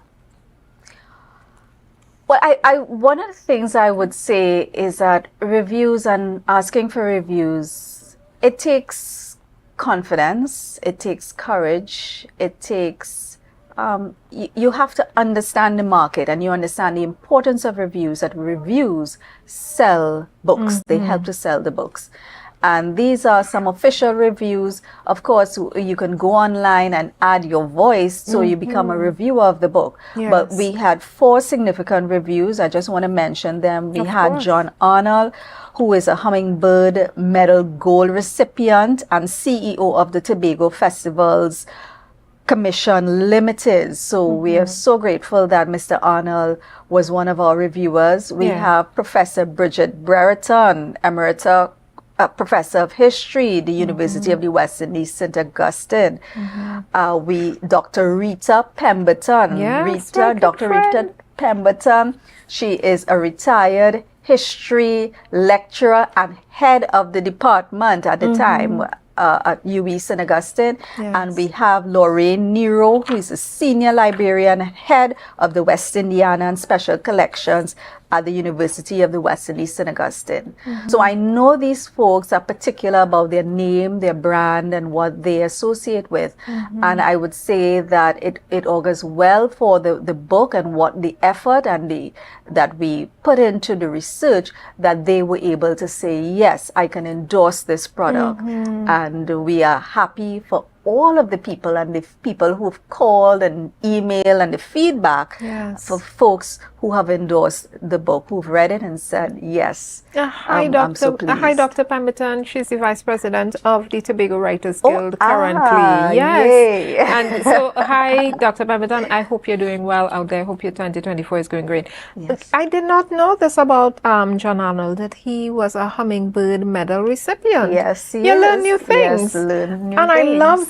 I love that you all have those 4 reviews in the book, because sometimes people wait until the book is published to ask for people to review, and you got those reviews and have them in the book, right? Reviews aren't selling your book because, you know, it's a sales tactic. It is a testimony about your book, about somebody reading your book, liking your book, and having the idea, listen, this is something other people would want to read as well. We're out of time, guys, but before we close off, right, and they turn off the mics and the lights, right, and tell us, okay, goodbye, you don't have to go home, but you certainly have to leave. Before they do all of that, I just want to ask you, where can people find your book to purchase? Okay, so in Tobago, you can get a copy of the book at Educators Bookstore, Robinson Street. You can also get it at Nelson's Bookstore, right? So those are 2 locations in Tobago. We're looking to expand the network. If you are an online person and you're into Amazon and e-reading and all of that, you can also get the book on Amazon. It's available there. For those outside of our jurisdiction, outside of Trinidad and Tobago, you can get it print on demand at Amazon as well as an ebook. Yes. In Trinidad, you can get it at RIK bookstores. They are at all RIK bookstores. I think there are 6 branches nationwide, and at paper-based bookstore, which is strategically and conveniently located at the home of the Bocas Lit Fest. Yes. Yeah. Yes, in so Port of Spain. Yeah. there are multiple opportunities. Yeah. Well, guys, we're out of time, but we're so happy you could join us today, Miss Natasha Coker-Jones, and in spirit, the co-author of the book, Israel Gordon. We're so happy that you could join us here today on Book Club Corner. Unfortunately, we're out of time today, but join us next week when we speak to, let me tell you, I have an amazing lineup for you all next week. We have with us next week a bookstore coming to talk to us about how to get your books in the bookstore, what they're looking for when you call and say, can I have my book? You know, can you place your book? And the conversation that should be had. They're going to give us the 411 for all those authors out there wondering, how do I get my books in bookstore? Why did I get refused? You can ask them anything you want next week in the comments, right? But we want to thank you for being here with us. Get the book, Sunsets for Betty. You see, it's an amazing little book you can take anywhere with you. It's a great read. Mystery, intrigue. Betty Stevens' Mystery Tombstone is the inspiration for this book. And we want to tune out as we sip. Cheers to you. Cheers. Thank you for having me. You're welcome. And see you next week, guys.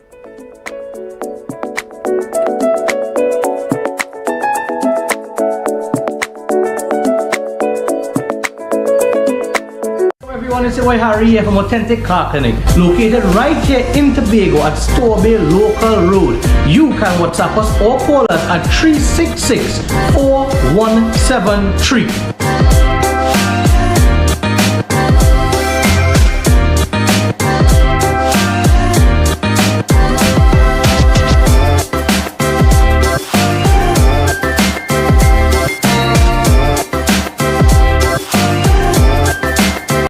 Is bringing Carnival and cash home with a total of $300,000 in cash back when you pay on time, sign up, or upgrade to an everything plan. Plus, we're live streaming fests so you could wind down in your bed.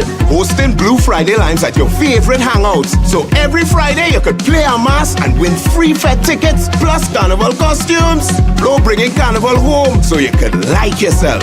Visit in-store or discoverflow.co for more details. Flow, inspired by you. Everybody only worrying. Never ever worry. Don't mind how things looking hard. I tell them never ever worry. If your nice car get damaged bad. I tell them never ever worry. What I'm saying is true. So just consider Tatil is always right here for you.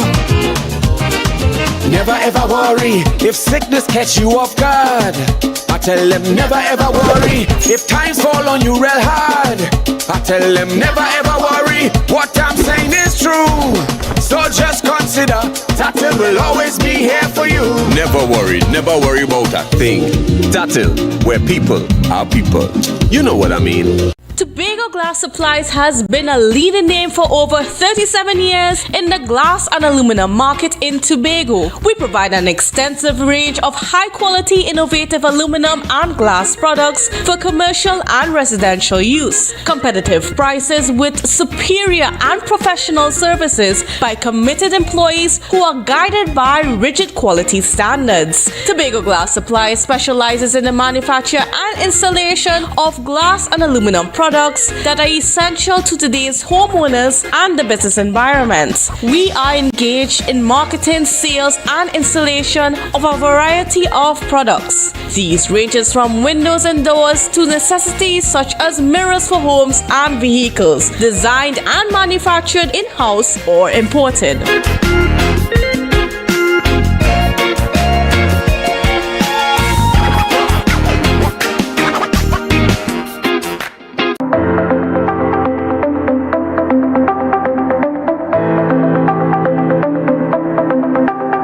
Full disclosure with the executive every Thursday at 8 p.m. only on Tobago Updates. Real questions and honest conversations with the sole aim of keeping you fully in the know. Full disclosure with the executive every Thursday at 8 p.m. only on Tobago Updates.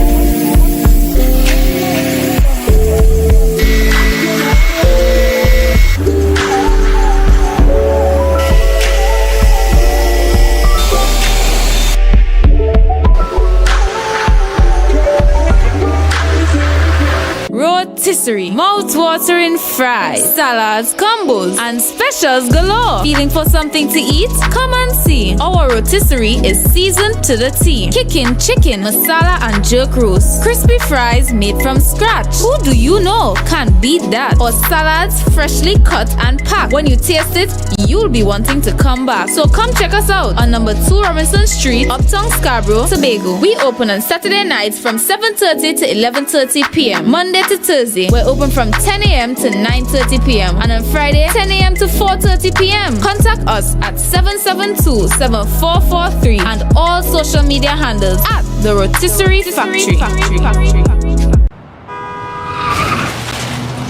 Everybody only worrying. Never ever worry. Don't mind how things looking hard. I tell them never ever worry. If your life can't get damaged bad. I tell them never ever worry. What I'm saying is true. So just consider Tatil is always right here for you.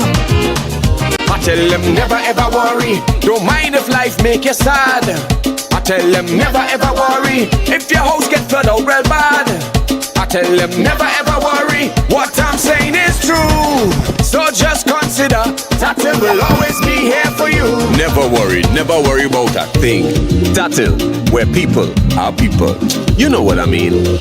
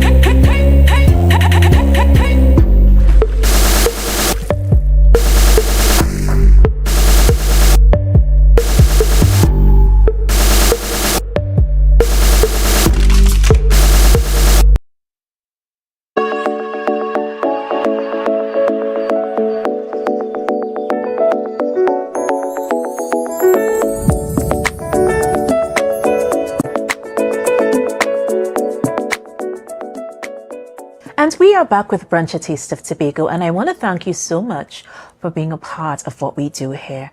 Thank you to the guests that have graced the brunch set. You guys are amazing. And just a reminder that the entertainment Calypso Caravan rolls in at 2 p.m. today at the Dutch Fort Bar. You guys do not want to miss that. So much in store. But as of now, I am very privileged and very honored to have two wonderful young ladies in my midst. And the 2024 edition of the Miss Trinidad and Tobago is upon us. And of course, we did things a little differently this year, where we engaged our candidates from the Tobagonian space. Good morning to the Cocoa Velvet International Modeling Agency. Good morning to Mr. Christopher Nathan and also Mrs. Ricia Ali Lindo. And we thank you so much for your initiative. But that's enough of me talking. You all hear me all the time. So now it's time to hear from our wonderful delegates. I am very esteemed and very privileged to welcome to the brunch set this morning Miss Charlotteville 2024, Lily Mackenzie, and Miss Blackrock 2024, Renee McEwen.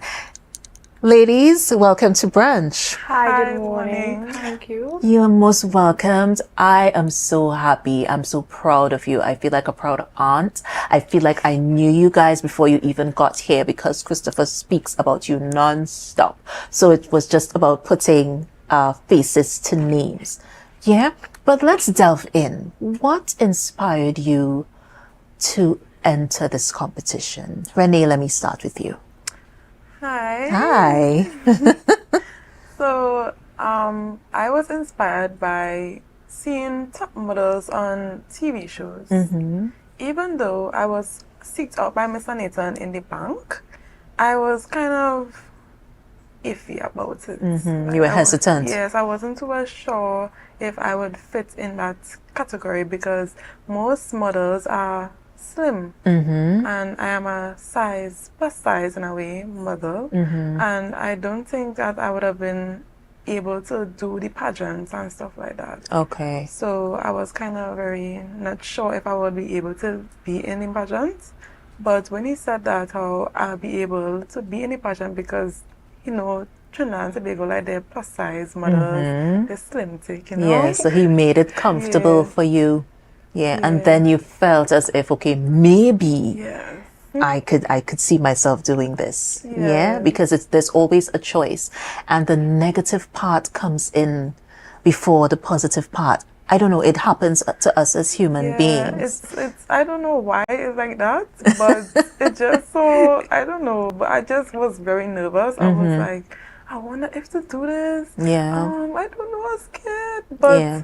I took a leap of it and I did it. I Mhm. came to the screening. I was actually the first person there, Right. and it was just amazing. It was just too good. Yeah, and you're here now, and you guys are so brave. I cannot stress that enough. Lily, let's talk with you for just a bit. What inspired you to enter this competition? To be honest, I would say myself inspired me Mhm. with the backup of my parents or my friends. Since I was young, it was Mhm. always a dream to be involved in this stuff. My parents know, little girl me running around, I always wanted a crown and a wand in my hand. Oh, Being a princess yes, girl. it started that early. Yes. Yes. And young growing up, I attended various competitions, participating, and I always came out first. So like, it happened, I coming home from work, on my Mhm. way home from work, I never listened to radio. The Mm-hmm. radio was on, and I heard about this beauty pageant, and I was like, opportunity. Yeah, light bulb Take moment. it. I went home, I told my mom, and I told my friends about it. Mhm. And they was like, yeah, go for it, go for it. Then I came to the screening. I saw a lot of faces. Mm-hmm. Then Mr. Christopher Nathan, he was like, sign up for whatever you want, but it's only if he sees it fit for you. So then I started thinking, what if you see if me going up for Miss World fit for me Yes. or whatnot? But I still had the belief and courage in myself that it was fit for me. Mm-hmm. I went in for my screening. and it was exactly the answers I wanted to hear. Yes. And so far on my journey, it has been good. It has led me to here, Mm-hmm. and I'm loving it so far. Definitely. And you know, one of the things that I absolutely admire is it takes so much bravery to even decide that, okay, I'm going to take this leap, because you guys are you're no longer normal citizens. You're ambassadors from the get-go. And so there are so many responsibilities that could come with that. Are you ready to accept those responsibilities? That's the question. Yeah, Are you ready? Yes, I Yes.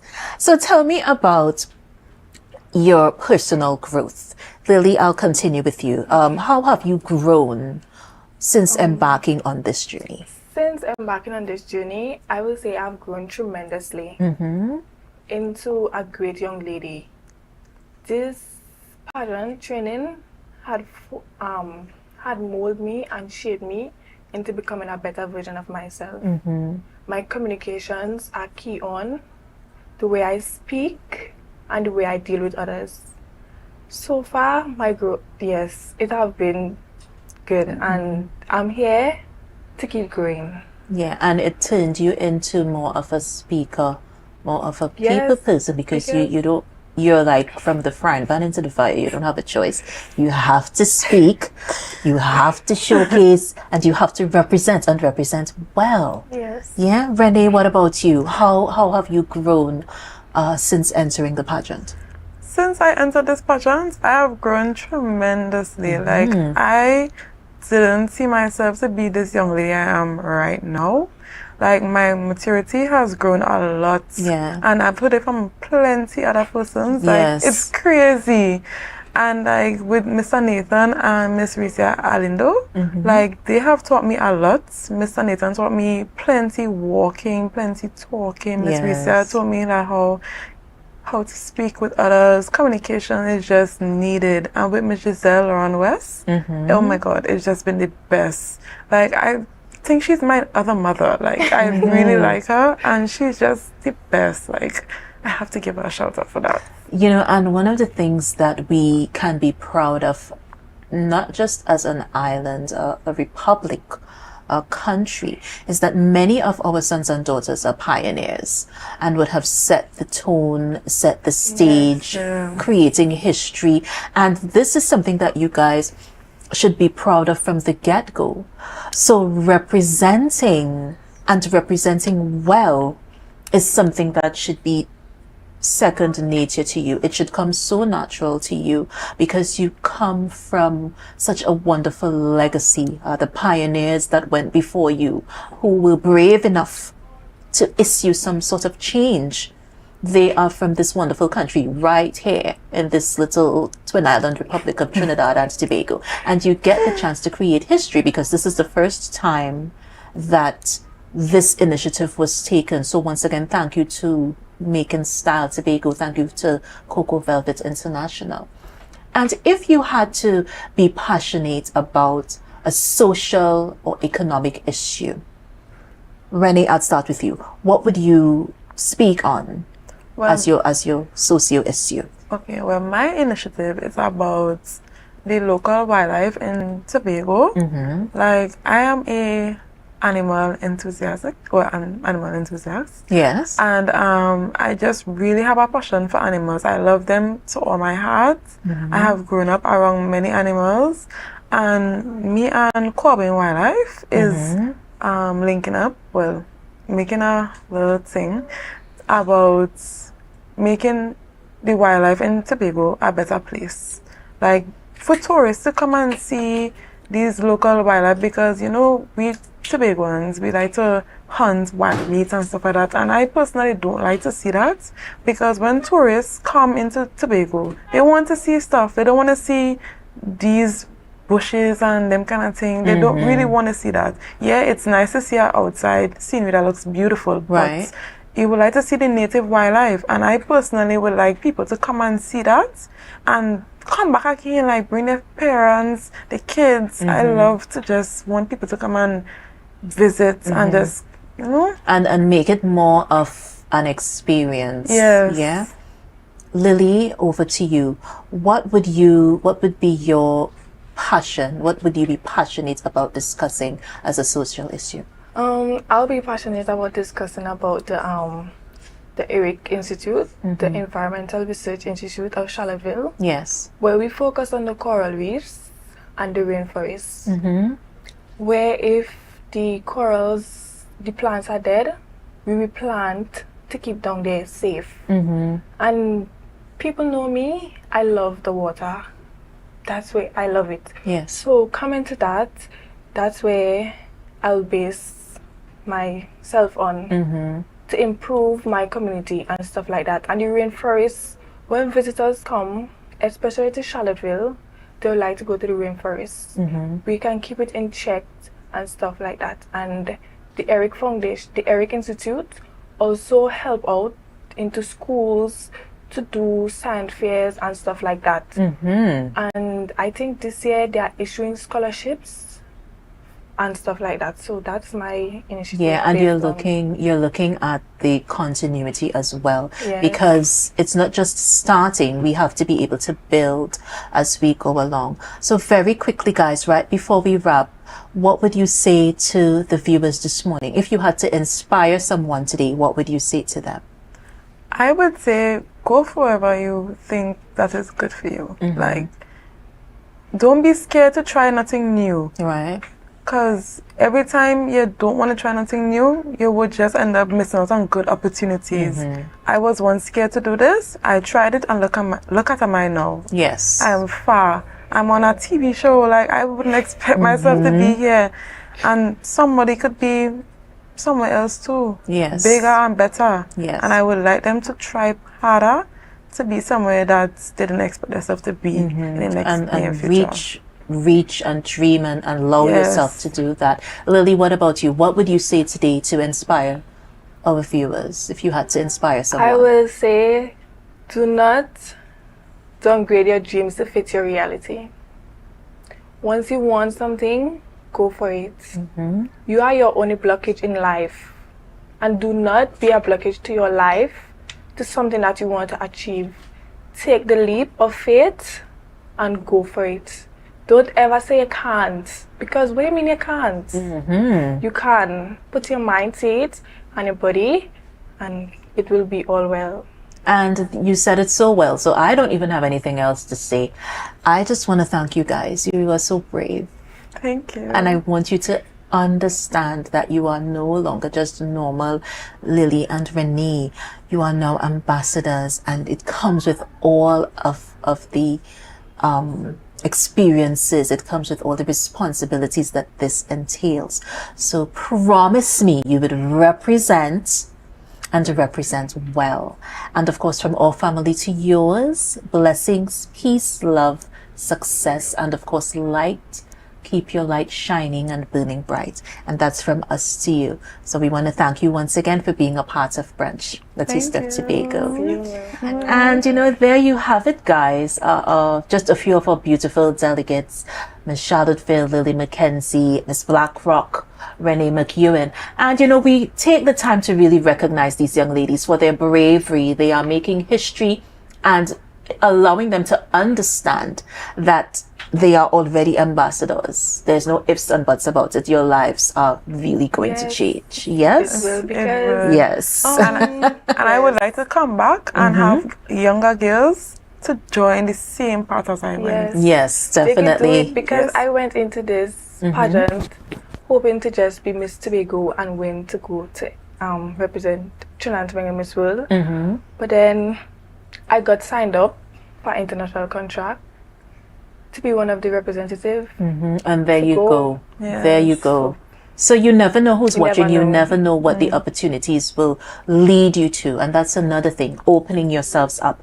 So remember, guys, Miss Tobago 2024 Beauty Pageant will be held at the Shaw Park Cultural Complex on February 4th, 2024 to select a Tobago delegate to represent the Sister Isle at the next Miss World Trinidad and Tobago pageant. Coco Velvet International Fashion and Model Management is producing the pageant with support from the Tobago House of Assembly, Division of Community Development, Youth Development and Sport, and the Office of the Prime Minister Sport and Culture Fund. And you know what?